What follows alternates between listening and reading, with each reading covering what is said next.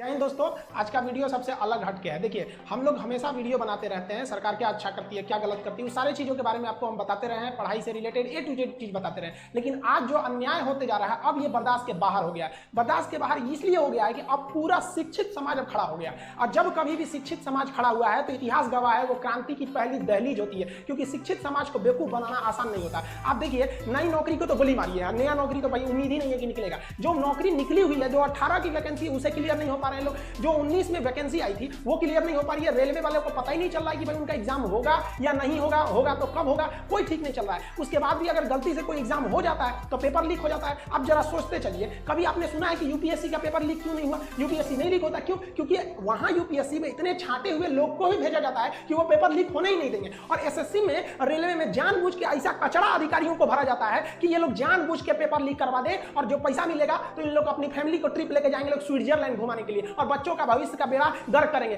कभी यूपीएससी का paper leak करके दिखा दीजिए। और यहाँ हम गारंटी करते हैं, कोई भी एग्जाम एसएससी लेती है या कोई भी व्हाट्सएप पे पेपर आ जाता है, उसका ईमेल स्क्रीनशॉट आने लगते हैं सर, आधा घंटा एक घंटा पहले कि ये क्वेश्चन आएंगे सर। देखिए, सबसे बड़ा प्रॉब्लम क्या होता है ना कि सरकार की इच्छा शक्ति है या नहीं है। हम आपको 2019 का एग्जांपल देखिए। 2019 में 55 करोड़ लोगों ने वोट दिया। ये छोटा मोटा वोट नहीं था, 55 करोड़ लोगों ने वोट दिया। 1 लाख सेंटर बनाए गए वोटिंग डालने के लिए, विद पूरी सिक्योरिटी के साथ वोट डाला गया, सबका उनका पर्चा दिया गया, आप जाके वहां वोट डालिए। 55 करोड़ लोग का। लेकिन इस 2019 के इलेक्शन से जस्ट 1 महीना पहले मार्च 2019 में एक वैकेंसी निकाली गई, 90,000 रेलवे की वैकेंसी निकाली गई। लोगों को लगा कि ये वैकेंसी उनके भविष्य के लिए, लेकिन भविष्य के लिए नहीं था। ये इसलिए मार्च में निकाला गया था क्योंकि अप्रैल में इलेक्शन थे, और इलेक्शन हो भी गया। 55 करोड़ लोग वोट भी दिए। अप्रैल में इलेक्शन चालू हुआ, मई में रिजल्ट आ गया, प्रधानमंत्री लोग बन गए, लोग सांसद बन के घुस गए, लोग संसद भवन के अंदर दिल्ली एकदम बढ़िया से ऐसे जी रहे हैं। लेकिन उसी वैकेंसी में इस 90,000 पोस्ट के लिए लगभग 3 करोड़ लोगों ने फॉर्म भरा था। अब रेलवे कह रही है कि हमारे पास वेंडर नहीं है,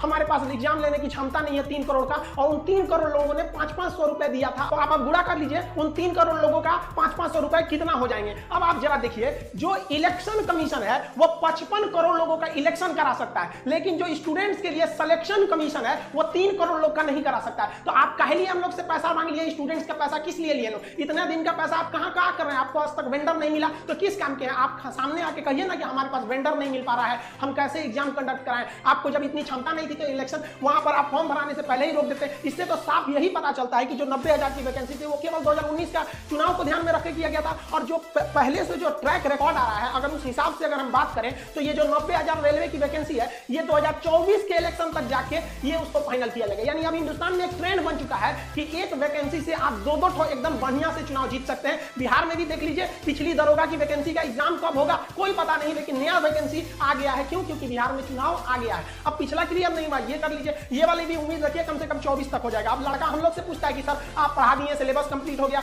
ये बताइए सर जो पढ़ा रहे हैं हम लोग का एकदम मोटिवेशन गिर गया है, सर रिवीजन भी करने का मन नहीं करता है, ये सोच के कि एग्जाम होगा भी नहीं होगा। लड़कों का भी कहना एकदम सही है, एग्जाम होगा नहीं। अब खुद सोचिए, अगर 2019 में इलेक्शन करा लिया जाए और उसको 3 साल बाद रिजल्ट दिया जाएगा तो कैसा लगेगा नेता लोग को? नहीं पता इन लोग को। लेकिन इन लोग को क्या है कि नॉमिनेशन के तुरंत इन सब लोग को पता होता है कि हमारा कब इलेक्शन का पीरियड है। लेकिन इन लोग को ये नहीं समझ में आता है कि स्टूडेंट की लाइफ के साथ खेलना एकदम घातक है, क्योंकि एक बार अगर युवा बिगड़ गया ना तो फिर संभालना मुश्किल है। तलवारों के साए पर इतिहास हमारा बनता है, जिस ओर जवानी चलती है उस ओर जमाना चलता है। गवर्नमेंट को नहीं भूलना चाहिए कि ये युवा ही है जिन्होंने इस सरकार को फर्श पर पड़ी थी, इसे उठाकर अर्श पे पहुंचा दिया। लेकिन जिस दिन युवा बिगड़ेगा ना, उस दिन अर्श से उठा के फिर फर्श पर फेंक देगा। टाइम नहीं लगेगा। जिसको आप धीरे धीरे देख रहे हैं, युवाओं के बीच में इतना क्यों खोल रहा है, मन क्यों खोल रहा है? क्योंकि युवा अपने आप को ठगा महसूस कर रहा है, और हमेशा पढ़े लिखे स्टूडेंट्स का ही आवाज दबाया जाता है। रीजन क्या है कि शिक्षा एक ऐसी चीज होती है ना जो आपके अंदर सवाल पूछने की क्षमता पैदा कर देती है। वो जानते हैं कि सोच रहा पढ़ लिख लेगा ना तो सवाल पूछने लगेगा। अगर नौकरी हो गई तो मेरे चुनाव की रैली में कौन जाएगा? एक पढ़ा लिखा इंसान, एक नौकरी करने वाला इंसान कभी नहीं जाता है रैली उली में। क्यों? क्योंकि वो यूट्यूब पे देख लेगा क्या भाषण है, ट्विटर पे देख लेगा।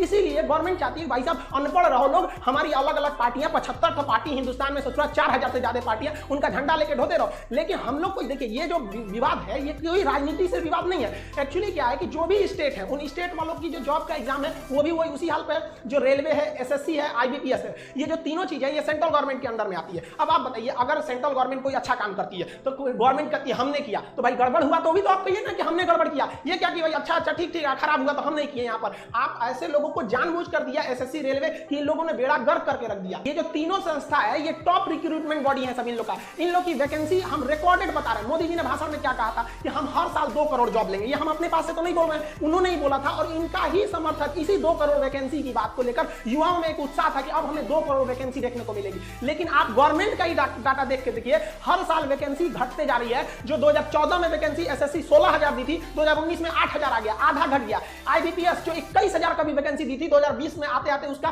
केवल 1100 वैकेंसी पे बच गया। इतना भयानक तो भाई साहब कहीं पे भी नहीं हुआ। ये तो हमको लगता है कि ये सब जो आप देख रहे हैं, एसएससी हो गया, रेलवे हो गया, आईबीपीएस, ये सब कोरोना से भी ज्यादा खतरनाक है। सब ये स्टूडेंट्स के लिए कैंसर बन गए। इन सबको चेंज करना पड़ेगा। यहाँ पर सीईटी ले दो, क्या मतलब बनता है सीईटी ले दो, सीईटी ले आओ, लड़कों को पीटी में पास करा के फिर मेंस में लड़ाओ। वहां पर ये लोग किसी काम के नहीं। इन लोग में एकदम रिफॉर्म की जरूरत है। जब तक इन लोग की नौकरी पे सवाल नहीं आएगा, सीधी गवर्नमेंट को रूल बनाइए, भाई साहब जितना दिन तक एग्जाम लेट होगा उतने दिन तक इनकी सैलरी रोक लो। या आप सैलरी, इन लोग को पता है हमारी सैलरी थोड़ी ना रुकने वाली है। एग्जाम 5 साल जाए या 10 साल जाए या नहीं हो, कैंसिल हो जाए, कोई मतलब नहीं बनने वाला है। इन लोग को किसी चीज से मतलब नहीं है। इसी बीच में इन लोग को आप कुछ पूछिए, इन लोग को तो अभी कोरोना चल रहा है भाई साहब।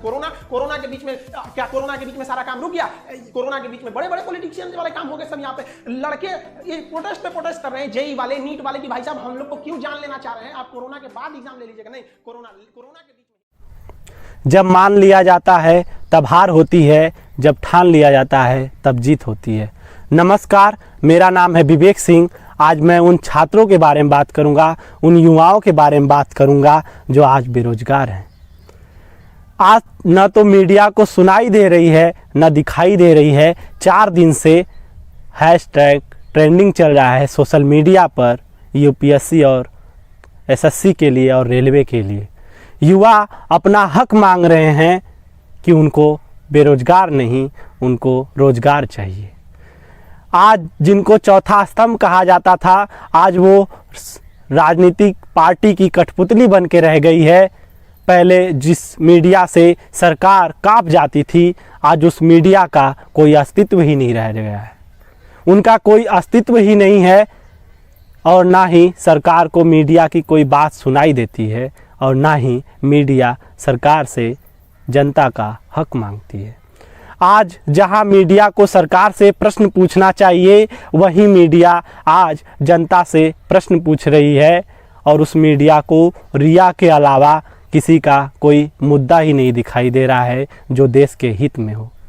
आज बहुत सारी समस्याएं हैं जो जनता सरकार को फर्श से अर्श से फर्श तक पहुंचा दी और अर्श से फर्श तक पहुंचा दी। वही सरकार जनता के बारे में और युवाओं के बारे में सोच तक नहीं रही है।